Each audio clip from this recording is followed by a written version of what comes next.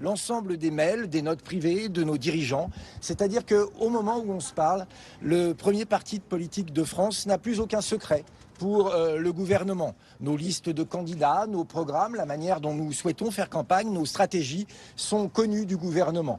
Autant dire qu'après un certain nombre de coups de boutoir qui ont déjà été donnés à notre système républicain et démocratique, on assiste là à quelque chose de calamiteux, d'un pouvoir en déshérence qui a peur de son opposition principale.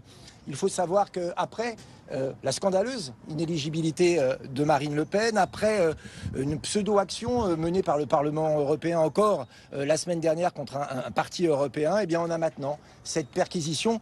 Comme dirait l'autre, ça commence à se voir.